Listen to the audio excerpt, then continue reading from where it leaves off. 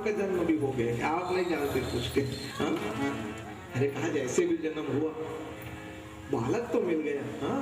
अद्भुत आनंद वहां आत्मदेव ब्राह्मण के हृदय में। संत महात्माओं को बुलाया, अद्भुत नामकरण संस्कार आयोजित किया। गोद में बालक को लेकर बैठ गए आत्मदेव ब्राह्मण। सब महात्माओं से निवेदन किया था, देखो महात्माओं, मेरा नाम आत्मदेव का। तो आत्मा पिता और पुत्र की एक दूसरे में सन्निहित होती है। पिता की आत्मा कहीं कहीं बेटे के हृदय में विराजमान होती है। हाँ? आत्मा वही जायते पुत्र इति वेदानुशासनम। वेद का वचन है कि पिता रहे कि न रहे, लेकिन पिता की सूक्ष्म आत्मा पुत्र के हृदय में विराजमान रहती। हाँ? तो उन्होंने कहा कि भाई मैं आत्मदेव हूँ, तो मेरे बेटे का नाम मैं ब्रह्मदेव रखना चाहता हूँ। हाँ? ये कृपा कर देते। निवेदन किया महात्माओं से, बस महात्मा कुछ बोलते उससे पहले धुंधुली ने सुन ली। हाँ? दौड़े दौड़े आई, कहा ओ ब्राह्मण देवता, हाँ? वाह अद्भुत आपका निर्णय था। 9 महीना मैंने गर्भ धारण किया। हाँ? सारी प्रसूति का वेदना मैंने झेला, नामकरण करने के लिए आप यहाँ बैठ गए बच्चे के लिए। हाँ? अरे नहीं नहीं नहीं, ये बच्चे का नाम कोई ब्रह्मदेव नहीं होगा। धुंधुलिक स्वभाव को जानते थे आत्मदेव, ये मानेगी नहीं के कर ले धुंधुली, तू ही बता दे क्या नामकरण करेंगे, तेरा भी अधिकार। धुंधुली ने कहा बालक आपका नहीं, ये मेरा बेटा है का। ये आत्मदेव का बेटा ब्रह्मदेव नहीं, ये धुंधुकाली धुंधुली का बेटा कहलाएगा का। धुंधुकारी इसका नामकरण होगा, धुंधुली का बेटा धुंधुकारी। नाम मात्रा प्रतिष्ठिता, प्रतिष्ठित कर दिया माने, ये धुंधुकारी मेरा बेटा, धुंधुली का बेटा। धीरे धीरे समय गुजरा और संत के प्रसाद के प्रभाव से गौ माता के गर्भ से भी एक बछड़े का जन्म नहीं, ज्ञान के चंद्रमा के समान आलोकित स्वरूप एक अद्भुत बालक का जन्म हुआ। श्वेत वर्ण शरीर में धारण किए हुए, सारा शरीर मनुष्यों जैसा, काम केवल गौ माता के जैसे थे।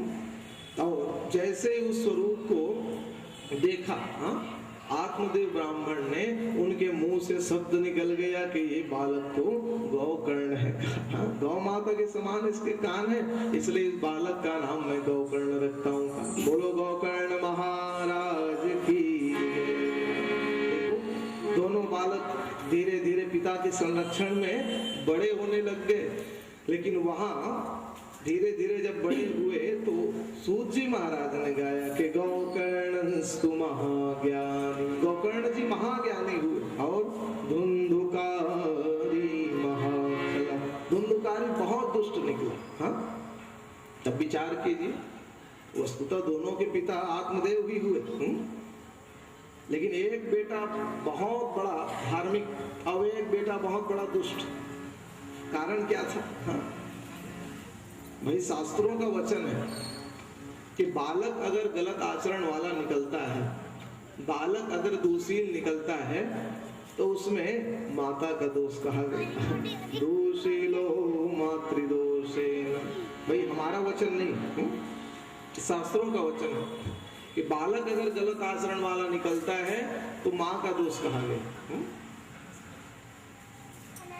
माँ ने ठीक से सिखाया, शिक्षा दीक्षा ठीक से हुई नहीं। क्यों? भाई संसार में माता को ही प्रथम गुरु कहा गया। भाई बालक अपने पिता के बारे में नहीं जानता, बताती कौन है? माँ। माँ बताती है बेटे को कि बेटा ये तेरे पिता हैं, तब वो जानता है कि ये मेरे पिता हैं। पिता का भी बोध कराने वाली बालक को माँ होती है, इसलिए माँ को प्रथम गुरु की संज्ञा दी गई। भाई माँ में वो सामर्थ्य होता है कि बेटे को जिस ढंग से ढाल दे। हाँ? भाई मदालसा नाम की एक माँ हुई, मदालसा नाम की माँ, कथा आती है कि अपने बेटों को गोद में सुलाती थी और लोरी सुनाती थी। हाँ? लोरी में बोलती थी शुद्धोसी बुंधोसी निरंजनोसी, बेटा शुद्ध बनो, निरंजन बनो, प्रबुद्ध बनो। ऐसा बोल बोल करके लोरी सुना सुना के 9 बेटों को सन्यासी बना दी। हाँ? पतिदेव ने कहा कि मदालसा तू सब बेटों को सन्यासी बनाते जा रही है, एक आग को गृहस्थ भी बनाएगी।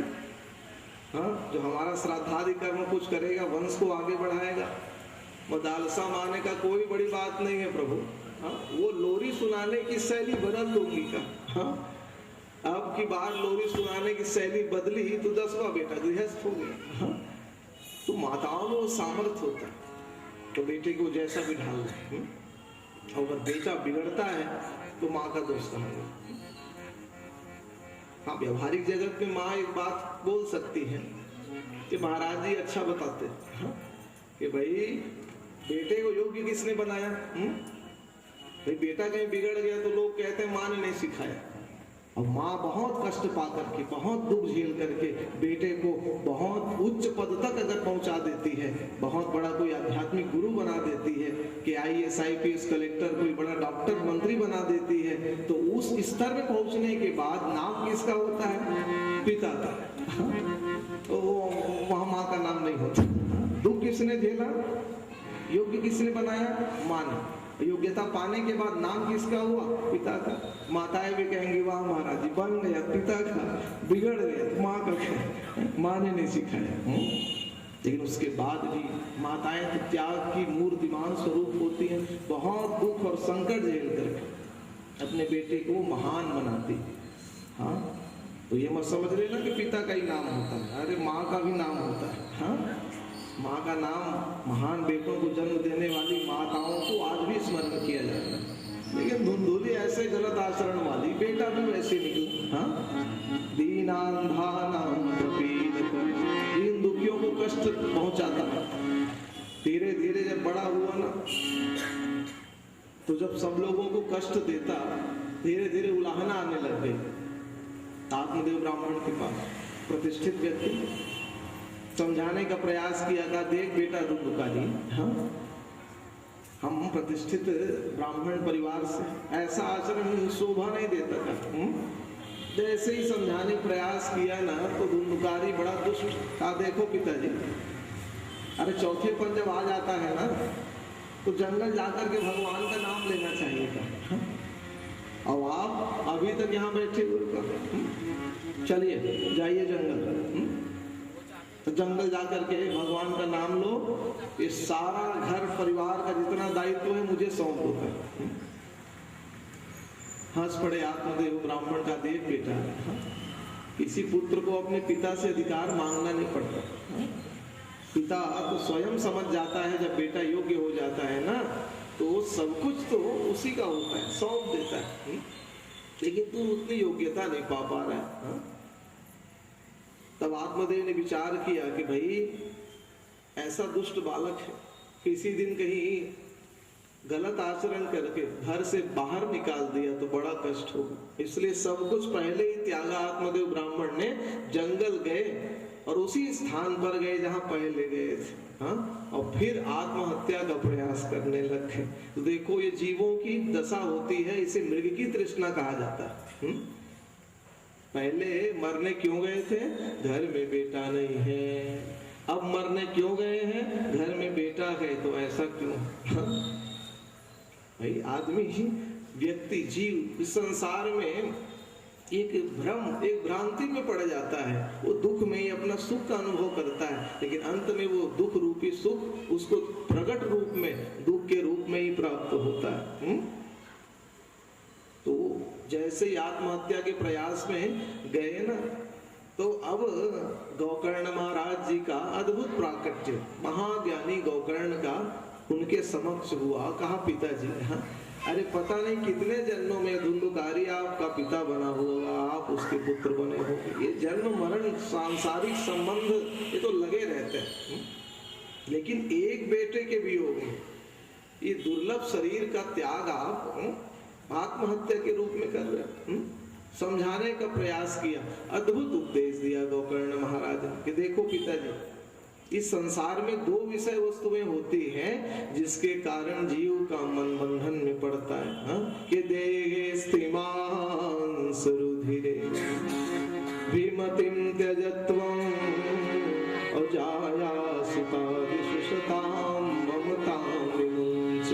दो चीजें होती है संसार में, देहे स्थिमांस रुधिरे। शरीर में क्या है? जैसे एक मूर्तिकार जब मूर्ति का निर्माण करता है प्राकृतिक जगत में, हाँ, तो आप देखते हो कि वो एक लकड़ियों का ढांचा बांधता है, उसके ऊपर घास फूस रख करके डोरियों से बांध देता है, ऊपर मिट्टी का लेप चढ़ा करके सुंदर रंग रोगन कर देता है, श्रृंगार कर देता है, तो अद्भुत वो मूर्ति हमारे देवी स्थल में आकर विराजमान हो जाती है, हाँ? उसी प्रकार विधाता ने भी हमारा निर्माण हड्डियों के ढांचे में मांस पिंडों को रखा, नस नाड़ियों से बांध दिया, ऊपर सुंदर चमड़ी चढ़ा दी, और उस शरीर को पाकर लोग ये सोचते हैं कि हम कभी मरेंगे ही नहीं। अहमता, ऐसा अहम भाव लोगों के मन में प्रकट हो जाता है कि अपने सामने वो किसी को कुछ समझते ही नहीं, हाँ? लेकिन विचार होना चाहिए कि हमारा तो एक ही सिर और दो हाथ, हाँ? अरे तुरंत चिंतन करना चाहिए कि 10 सिर और 1000 हाथ वाले नहीं बचे, हाँ? हमको आपको कौन पूछता है, हाँ? कि सहस बाहु दश वदन आदि बचे न काल बलीत, हाँ? ये सब नहीं बचे, काल के प्रभाव से हम क्या बचेंगे? भाई जब हमारा जन्म होता है तो हमारा भार कितना होता है? 3 किलो, 3.5 किलो। जीवन में उच्च से उच्च पद पाने के बाद, बहुत धन वैभव ज्ञान अर्थ संपदा सब इकट्ठा करने के बाद भी जब हमारा शरीर छूटेगा ना, तो हमारी चिता की राख भी वही 3 और 3.5 किलो के लगभग बचेगी, और उससे ज्यादा कुछ बचने वाला नहीं है। लेकिन अहमता ऐसी होती है लोगों के जीवन में कि अपने से महान वो किसी को समझता ही नहीं, हाँ? तो शरीर में अहमता और संसार में ममता। जाया सुखादिषु सताम ममताम, वो हमारे संसार में बंधन के कारण बनते हैं। तो तुलसी बाबा ने सरल शब्दों में कह दिया, हाँ, कि मैं दो चीजें जीव को संसार में बांधती है, हाँ? कि मैं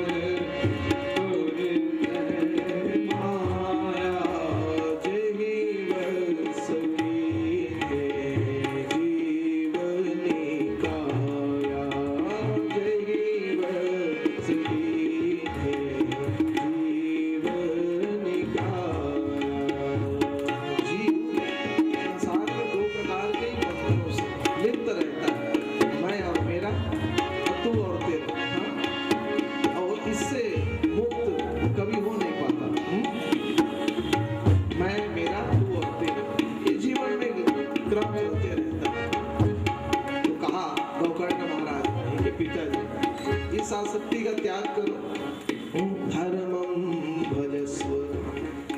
पिताजी ने कहा बेटा त्याग दो, कहना बड़ा सरल है, संसार को त्यागना बड़ा कठिन, हाँ? कैसे त्यागो? तो उन्होंने कहा धर्म का आचरण करो।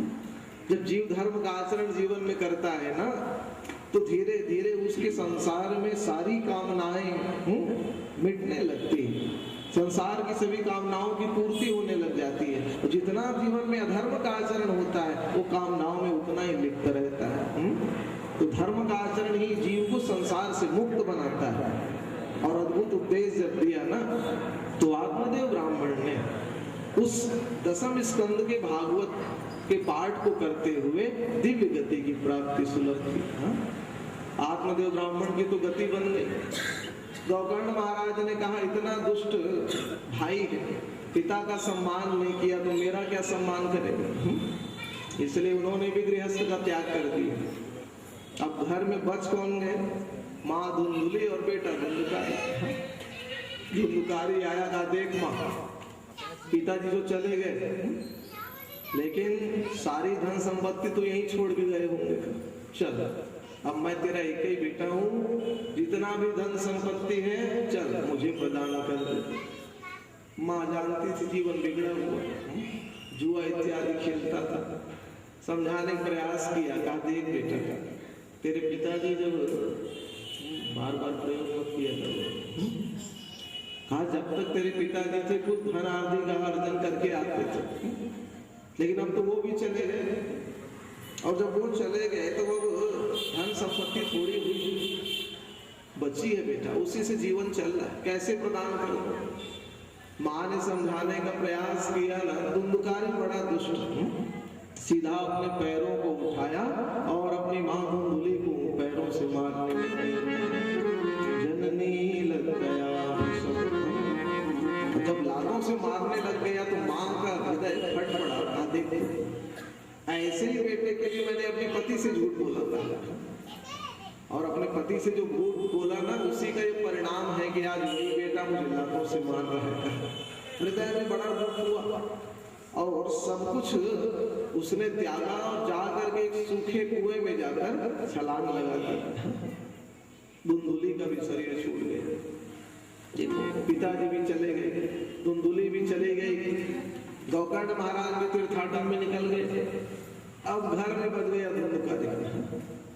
लेकिन कोई सामान्य बेटा होता ना तो उसको कष्ट और पीड़ा होती, लेकिन धुंधुकारी इतना दुष्ट था कि उसको हृदय में कोई पीड़ा नहीं हुई। उसने कहा ये सब मेरे संसार में है, बाधक से कहा अच्छा हुआ सब चले गए। और जैसे ही सब चले गए ना, तो पहले तो गलत कार्य घर के बाहर करता था, तो अब अवसर मिल गया कि चलो अब तुम्हें स्वतंत्र हो। तो धुंधुकारी ने 5 गणिकाओं को, 5 वेश्याओं को ही अपने घर में ले आया और उन सब के साथ अपने घर में रहने लगे। तो पिता की जो संपत्ति थी कब तक रहेगी? उस समय तक काम आई। लेकिन जब पिता की संपत्ति भी समाप्त हो गई ना, तो गणिकाएं असंतुष्ट रहने लगी और कहने लग गई और लाओ और लाओ, और कुछ चाहिए और कुछ चाहिए। और धुंधुकारी दौड़ दौड़ करके किसी को मार देता था, किसी को पीट देता था, सबसे धन संपत्ति लूट लूट करके लाता था। लेकिन वो गणिकाएं, वो वेश्याएं कभी संतुष्ट नहीं होती थी। तो भाई देखो ये कोई सामान्य न था, सूत जी महाराज में नहीं गए, धुंधुकारी वो 5 वेश्याएं कौन थी? तो सूत जी महाराज ने बताया कि भाई हमारे शरीर में जो 5 इंद्रियां हैं ना, नाक, आंख, कान, मुंह और ये त्वचा, ये हमारी 5 इंद्रियां हैं। और ये 5 इंद्रियां हमसे निरंतर कुछ न कुछ मांगते रहती हैं। संसार को देख करके आंख कभी संतुष्ट नहीं होती, आंख कहती है और कुछ देख लेते। सांसारिक बातों को सुनकर कान कभी संतुष्ट नहीं होता, कान कहता है और किसी की निंदा व्याज स्तुति सुन लेता। कितना कुछ खा गया ये जिह्वा, लेकिन कभी संतुष्ट नहीं होता, और एक आध बढ़िया मिठाई खा लेता। कितना सुगंधित वस्तु पदार्थ सूंघ लिया, लेकिन मन में भाव होती है कि इसी सुगंधित पदार्थ को और सूंघ लेते। इस शरीर से कितना स्पर्श पा लिया, लेकिन मन में कामना होती और कुछ स्पर्श पा लेता। तो देखो जो जीव निरंतर इन 5 को सांसारिक सुखों भोगों से संतुष्ट करने के प्रयास में लगा रहता है, उसी जीव का नाम धुंधुकारी। एक धुंधुकारी का हजारों धुंधुकारी घूम रहे हैं। जो निरंतर इंद्रियों को सांसारिक विषय भोग में लगाता है वो जीव धुंधुकारी।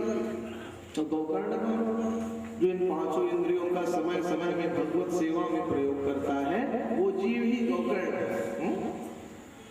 तो इसलिए निरंतर संतुष्ट करना चाहता था, इंद्रियां कभी संतुष्ट नहीं होती, मतलब वो 5 वेश्याएं कभी संतुष्ट नहीं होती। हाँ, और एक दिन धुंधुकारी ने विचार किया, छोटी मोटी चोरियां तो खूब कर ली, हाँ चलो अब ये संतुष्ट नहीं होती ना, तो गया सीधा धुंधुकारी और जो वहां के राजा थे, राजा के राजकोष में जाकर डाका डाल दिया। बड़ी माणिक के आभूषण सब का गट्ठा बांधा, सीधा ला करके गणिकाओं के सामने पटक दिया। ये आज कितना धन संपत्ति ला दिया तुम्हारे पास कि कई वर्षों तक तुम्हें किसी चीज की आवश्यकता नहीं पड़ेगी। गणिकाओं ने देखा इतना बड़ी माणिक के आभूषण, कहाँ से लाया रे धुंधुकारी? धुंधुकारी ने कहा रे छोटी मोटी चोरी नहीं, आज राजा को लूट दिया। उन्होंने कहा कि राजा को लूट दिया, अनर्थ कर दिया। कल राजा के सैनिक कहीं ढूंढते ढूंढते आएंगे, चोरी का माल कहीं यहाँ से बरामद हो गया और सब धुंधुकारी को जब मारेंगे सैनिक तो धुंधुकारी अपने लिए थोड़ी लाया, वो तो मरेगा सो मरेगा, हमारा भी नाम बता देगा। ये सब मैंने गणिकाओं के लिए किया है, हमें भी कारागार में जाना पड़ेगा। तो गणिकाओं को कोई स्नेह नहीं था धुंधुकारी से। उन्होंने कहा जो मिलना था मिल गया धुंधुकारी से, धुंधुकारी से कोई प्रयोजन नहीं था। रात में धुंधुकारी सोया हुआ था, 4 गणिकाएं आई, गले में रस्सी बांधा और दोनों ओर से पकड़ के उस रस्सी को खींचने लग गए। जैसे ही खींचने लग गई, धुंधुकारी के आंख खुले तो देखा क्या कि जिन गणिकाओं को, जिन वेश्याओं को निरंतर संतुष्ट करने के प्रयास में लगा रहता था, आज वही उसका गला दबाकर मार रहे। तो कहने का अर्थ क्या है कि हमारी 5 इंद्रियां, जीव इन सबको जीवन भर संतुष्ट करने प्रयास में लगा रहता है, लेकिन जब अंतिम क्षण आता है ना, तो यही 5 इंद्रियां ही हमारे मृत्यु का कारण बनने लग जाती है। आंखों का दिखना कम हो जाता है, कान का सुनाई देना कम हो जाता है, हाँ, खाने की इच्छा तो होती है लेकिन पचाने की क्षमता शरीर में नहीं रह जाती। तो यही इंद्रियां हमको अंतिम समय में कष्ट देने लग जाती है, दुख देने लग जाती है। व्याकुल हो गया वहां धुंधुकारी, चिल्लाने का जब प्रयास किया तो एक गणिका दौड़े दौड़े गई और जा करके चूल्हे में दागते हुए अंगारे जल रहे थे, सीधा उन दागते हुए अंगारों को पकड़ा और पकड़ करके धुंधुकारी के मुख में डाल दिया। तप्ता अंगार समोहश्च तन्मुखंगी विचिक्षिपुः। जैसे ही दागते अंगारे मुंह में पड़े ना, व्याकुल होकर शरीर छूट गए। हाँ, गणिकाओं ने कहा मर गया तो शरीर कहाँ ले जाए, चल घर के आंगन कोई खोदा, शरीर को दबा दिया, धन संपत्ति को लेकर भाग गए। गांव वालों ने सोचा कि भाई धुंधुकारी भी दुष्ट था, गणिकाओं के साथ वो भी चला गया हो, हाँ, कोई नहीं जान पाया। लेकिन गोकर्ण जी महाराज जो तीर्थों में